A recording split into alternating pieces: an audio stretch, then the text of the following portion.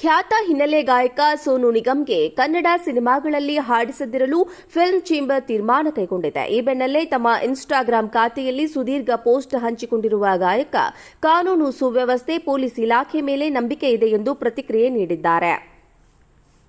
ಬೆಂಗಳೂರಿನಲ್ಲಿ ನಡೆದ ಕಾರ್ಯಕ್ರಮವೊಂದರಲ್ಲಿ ಕನ್ನಡದ ಹಾಡು ಹಾಡಿ ಎಂದಿದ್ದಕ್ಕೆ ಪಹಲ್ಗಾಮ್ ಉಗ್ರರಿಗೆ ಹೋಲಿಸಿದ ವಿಚಾರ ತೀವ್ರ ಸ್ವರೂಪ ಪಡೆದುಕೊಂಡ ಬೆನ್ನಲ್ಲೇ ಸೋನು ನಿಗಮ್ ಸ್ಪಷ್ಟನೆ ನೀಡಿದ್ದಾರೆ. ಭಾಷೆ, ಸಂಸ್ಕೃತಿ, ಸಂಗೀತ, ಸಂಗೀತಗಾರರು ಈ ರಾಜ್ಯ ಮತ್ತು ಜನರ ಮೇಲೆ ಅಪರೂಪದ ಪ್ರೀತಿ ಹರಿಸಿವೆ. ಅದು ನಾನು ಕರ್ನಾಟಕದಲ್ಲಿದ್ದಾಗ ಮಾತ್ರವಲ್ಲ, ನಾನು ಜಗತ್ತಿನ ಎಲ್ಲೇ ಇದ್ದರೂ ಸಹ.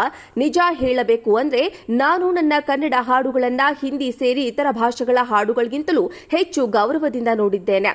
ಈ ಮಾತಿಗೆ ಸಾಕ್ಷಿಯಾಗಿ ನೂರಾರು ವಿಡಿಯೋಗಳು ಸಾಮಾಜಿಕ ಮಾಧ್ಯಮಗಳಲ್ಲಿ ಹರಿದಾಡ್ತಾ ಇವೆ. ನಾನು ಪ್ರತಿ ಬಾರಿ ಕರ್ನಾಟಕದ ಕಾರ್ಯಕ್ರಮಕ್ಕೆ ಬಂದಾಗ 1 ಗಂಟೆಗಿಂತ ಹೆಚ್ಚು ಕನ್ನಡ ಹಾಡುಗಳನ್ನು ತಯಾರಿಸಿಕೊಂಡಿರುತ್ತೇನೆ. ಆದರೆ ನಾನು ಇನ್ನೂ ಬಾಲಕನಲ್ಲ, ಯಾರಿಂದಲೂ ಅವಮಾನ ಸಹಿಸುವ ವಯಸ್ಸಿಲ್ಲ. ನನಗೀಗ 51 ವರ್ಷ, ಜೀವನದ ಅರ್ಧದಷ್ಟು ಹೆಜ್ಜೆ ಇಟ್ಟಿದ್ದೇನೆ. ನನ್ನ ಮಗನಷ್ಟು ಕಿರಿಯವನು ನನ್ನನ್ನು ಸಾವಿರಾರು ಜನರ ಮುಂದೆ ಭಾಷೆಯ ಹೆಸರಿನಲ್ಲಿ ಬೆದರಿಸಲು ಪ್ರಯತ್ನಿಸಲಾಗಿದೆ.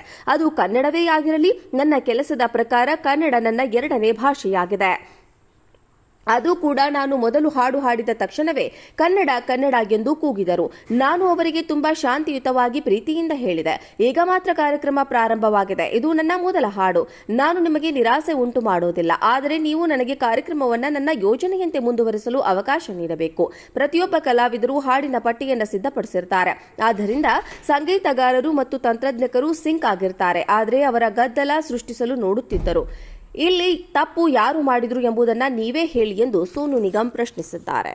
ಖ್ಯಾತ ಹಿನ್ನೆಲೆ ಗಾಯಕ ಸೋನು ನಿಗಮ್ಗೆ ಕನ್ನಡ ಸಿನಿಮಾಗಳಲ್ಲಿ ಹಾಡಿಸದಿರಲು ಫಿಲ್ಮ್ ಚೇಂಬರ್ ತೀರ್ಮಾನ ಕೈಗೊಂಡಿದೆ. ಈ ಬೆನ್ನಲ್ಲೇ ತಮ್ಮ ಇನ್ಸ್ಟಾಗ್ರಾಂ ಖಾತೆಯಲ್ಲಿ ಸುದೀರ್ಘ ಪೋಸ್ಟ್ ಹಂಚಿಕೊಂಡಿರುವ ಗಾಯಕ, ಕಾನೂನು ಸುವ್ಯವಸ್ಥೆ, ಪೊಲೀಸ್ ಇಲಾಖೆ ಮೇಲೆ ನಂಬಿಕೆ ಇದೆ ಎಂದು ಪ್ರತಿಕ್ರಿಯೆ ನೀಡಿದ್ದಾರೆ. ಬೆಂಗಳೂರಿನಲ್ಲಿ ನಡೆದ ಕಾರ್ಯಕ್ರಮವೊಂದರಲ್ಲಿ ಕನ್ನಡದ ಹಾಡು ಹಾಡಿ ಎಂದಿದ್ದಕ್ಕೆ ಪಹಲ್ಗಾಮ್ ಉಗ್ರರಿಗೆ ಹೋಲಿಸಿದ ವಿಚಾರ ತೀವ್ರ ಸ್ವರೂಪ ಪಡೆದುಕೊಂಡ ಬೆನ್ನಲ್ಲೇ ಸೋನು ನಿಗಮ್ ಸ್ಪಷ್ಟನೆ ನೀಡಿದ್ದಾರೆ. ಭಾಷೆ, ಸಂಸ್ಕೃತಿ, ಸಂಗೀತ, ಸಂಗೀತಗಾರರು ಈ ರಾಜ್ಯ ಮತ್ತು ಜನರ ಮೇಲೆ ಅಪರೂಪದ ಪ್ರೀತಿ ಹರಿಸಿವೆ. ಅದು ನಾನು ಕರ್ನಾಟಕದಲ್ಲಿದ್ದಾಗ ಮಾತ್ರವಲ್ಲ, ನಾನು ಜಗತ್ತಿನ ಎಲ್ಲೇ ಇದ್ದರೂ ಸಹ. ನಿಜ ಹೇಳಬೇಕು ಅಂದ್ರೆ ನಾನು ನನ್ನ ಕನ್ನಡ ಹಾಡುಗಳನ್ನ ಹಿಂದಿ ಸೇರಿ ಇತರ ಭಾಷೆಗಳ ಹಾಡುಗಳಿಗಿಂತಲೂ ಹೆಚ್ಚು ಗೌರವದಿಂದ ನೋಡಿದ್ದೇನೆ. ಈ ಮಾತಿಗೆ ಸಾಕ್ಷಿಯಾಗಿ ನೂರಾರು ವಿಡಿಯೋಗಳು ಸಾಮಾಜಿಕ ಮಾಧ್ಯಮಗಳಲ್ಲಿ ಹರಿದಾಡ್ತಾ ಇವೆ. ನಾನು ಪ್ರತಿ ಬಾರಿ ಕರ್ನಾಟಕದ ಕಾರ್ಯಕ್ರಮಕ್ಕೆ ಬಂದಾಗ 1 ಗಂಟೆಗಿಂತ ಹೆಚ್ಚು ಕನ್ನಡ ಹಾಡುಗಳನ್ನು ತಯಾರಿಸಿಕೊಂಡಿರುತ್ತೇನೆ.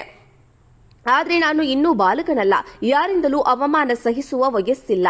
ನನಗೀಗ 51 ವರ್ಷ, ಜೀವನದ ಅರ್ಧದಷ್ಟು ಹೆಜ್ಜೆ ಇಟ್ಟಿದ್ದೇನೆ. ನನ್ನ ಮಗನಷ್ಟು ಕಿರಿಯವನು ನನ್ನನ್ನು ಸಾವಿರಾರು ಜನರ ಮುಂದೆ ಭಾಷೆಯ ಹೆಸರಿನಲ್ಲಿ ಬೆದರಿಸಲು ಪ್ರಯತ್ನಿಸಲಾಗಿದೆ. ಅದು ಕನ್ನಡವೇ ಆಗಿರಲಿ. ನನ್ನ ಕೆಲಸದ ಪ್ರಕಾರ ಕನ್ನಡ ನನ್ನ 2ನೇ ಭಾಷೆಯಾಗಿದೆ. ಅದು ಕೂಡ ನಾನು ಮೊದಲು ಹಾಡು ಹಾಡಿದ ತಕ್ಷಣವೇ ಕನ್ನಡ ಕನ್ನಡ ಎಂದು ಕೂಗಿದರು. ನಾನು ಅವರಿಗೆ ತುಂಬಾ ಶಾಂತಿಯುತವಾಗಿ ಪ್ರೀತಿಯಿಂದ ಹೇಳಿದೆ, ಈಗ ಮಾತ್ರ ಕಾರ್ಯಕ್ರಮ ಪ್ರಾರಂಭವಾಗಿದೆ, ಇದು ನನ್ನ ಮೊದಲ ಹಾಡು, ನಾನು ನಿಮಗೆ ನಿರಾಸೆ ಉಂಟು ಮಾಡೋದಿಲ್ಲ. ಆದರೆ ನೀವು ನನಗೆ ಕಾರ್ಯಕ್ರಮವನ್ನು ನನ್ನ ಯೋಜನೆಯಂತೆ ಮುಂದುವರಿಸಲು ಅವಕಾಶ ನೀಡಬೇಕು. ಪ್ರತಿಯೊಬ್ಬ ಕಲಾವಿದರು ಹಾಡಿನ ಪಟ್ಟಿಯನ್ನು ಸಿದ್ಧಪಡಿಸಿರ್ತಾರೆ. ಆದ್ದರಿಂದ ಸಂಗೀತಗಾರರು ಮತ್ತು ತಂತ್ರಜ್ಞರು ಸಿಂಕ್ ಆಗಿರ್ತಾರೆ. ಆದರೆ ಅವರ ಗದ್ದಲ ಸೃಷ್ಟಿಸಲು ನೋಡುತ್ತಿದ್ದರು. ಇಲ್ಲಿ ತಪ್ಪು ಯಾರು ಮಾಡಿದ್ರು ಎಂಬುದನ್ನು ನೀವೇ ಹೇಳಿ ಎಂದು ಸೋನು ನಿಗಮ್ ಪ್ರಶ್ನಿಸಿದ್ದಾರೆ.